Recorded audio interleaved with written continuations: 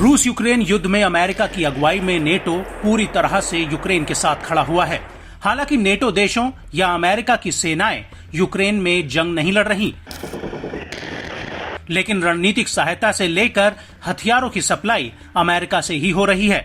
एक तरह से यूक्रेन की धरती पर अमेरिका रूस से जंग लड़ रहा है। लेकिन अमेरिका को सबक सिखाने के लिए रूस के राष्ट्रपति व्लादिमीर पुतिन ने एक ऐसी रणनीति अपनाई है जिससे अमेरिका की चारों ओर फजीहत हो रही है। दरअसल जिन अफ्रीकी देशों में अमेरिकी सेनाएं वर्षों से डेरा जमाए बैठी थीं, अब उन्हीं अफ्रीकी देशों से अमेरिका को रूस ने बुरी तरह से खदेड़ दिया है। और अब ये नौबत आ गई है कि इन देशों में रूस और अमेरिकी सेनाएं बिल्कुल आमने सामने हैं और दोनों पक्षों में से किसी की एक छोटी सी भूल रूस और अमेरिका के बीच सीधा युद्ध भड़का सकती है।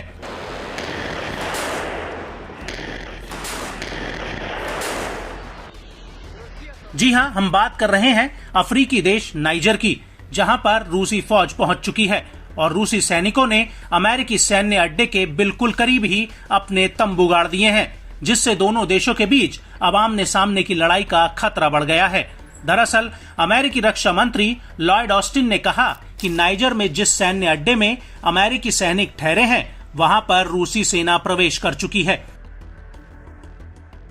न्यूज एजेंसी रॉयटर्स ने एक अमेरिकी अधिकारी के हवाले से कहा कि रूसी सैनिक वहां मौजूद हैं, लेकिन वो एयरबेस 101 में अमेरिकी सैनिकों के साथ घुल मिल नहीं रहे थे।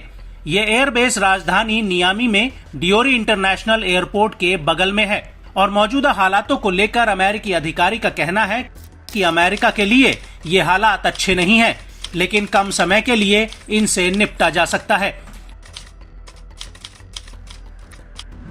वहीं अमेरिकी रक्षा मंत्री ऑस्टिन लॉयड का कहना है, इन्हें नहीं लगता कि ये एक महत्वपूर्ण समस्या है, क्योंकि रूसी सैनिकों के पास अमेरिकी सैनिकों या उनके उपकरणों तक पहुंच हासिल नहीं है।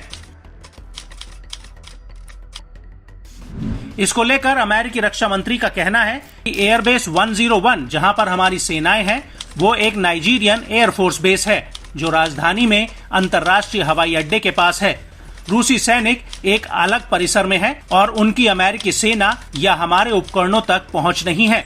मेरा ध्यान हमेशा ही हमारे सैनिकों की सुरक्षा पर रहता है और ये ऐसा है जिसे लगातार देखना होगा, लेकिन अभी मुझे नहीं लगता कि हमारे सैनिकों की सुरक्षा के लिहाज से ये कोई महत्वपूर्ण मुद्दा है।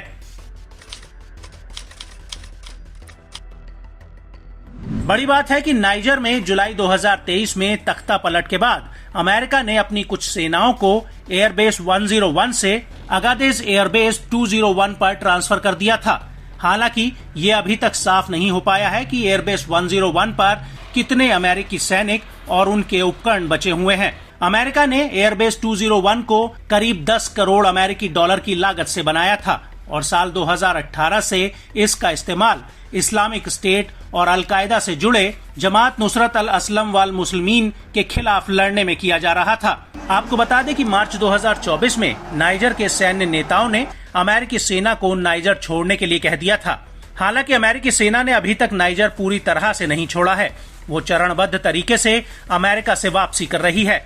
लेकिन तख्ता पलट के बाद से ये अमेरिका की सबसे बड़ी बेइज्जती है, क्योंकि जुलाई 2023 से पहले अमेरिका नाइजर का एक प्रमुख साझेदार था और इसके तहत अमेरिका ने नाइजर में अपना एक सैन्य अड्डा बनाया हुआ था, जहां पर सैकड़ों अमेरिकी सैनिक तैनात थे और दोनों देशों की साझेदारी इलाके में इस्लामी चरमपंथी इस्लामिक स्टेट और अलकायदा से लड़ने के लिए थी। हालांकि नाइजर पहला देश नहीं है जहां से अमेरिका को धक्के मार कर निकाला गया हो, बल्कि अफ्रीकी देश चाड से भी अमेरिकी सेना को बाहर कर दिया गया है, जबकि माली और बुर्किना फासो से फ्रांस की सेना को बाहर का रास्ता दिखा दिया गया। और बड़ी बात यह है कि इन सभी देशों की दोस्ती पुतिन से हो चुकी है और माली में तो रूस की प्राइवेट वैगनर आर्मी तैनात हो चुकी है। और अब ये बात साफ हो गई है कि अफ्रीका से अमेरिका को खदेड़ने के पीछे पुतिन का ही हाथ है।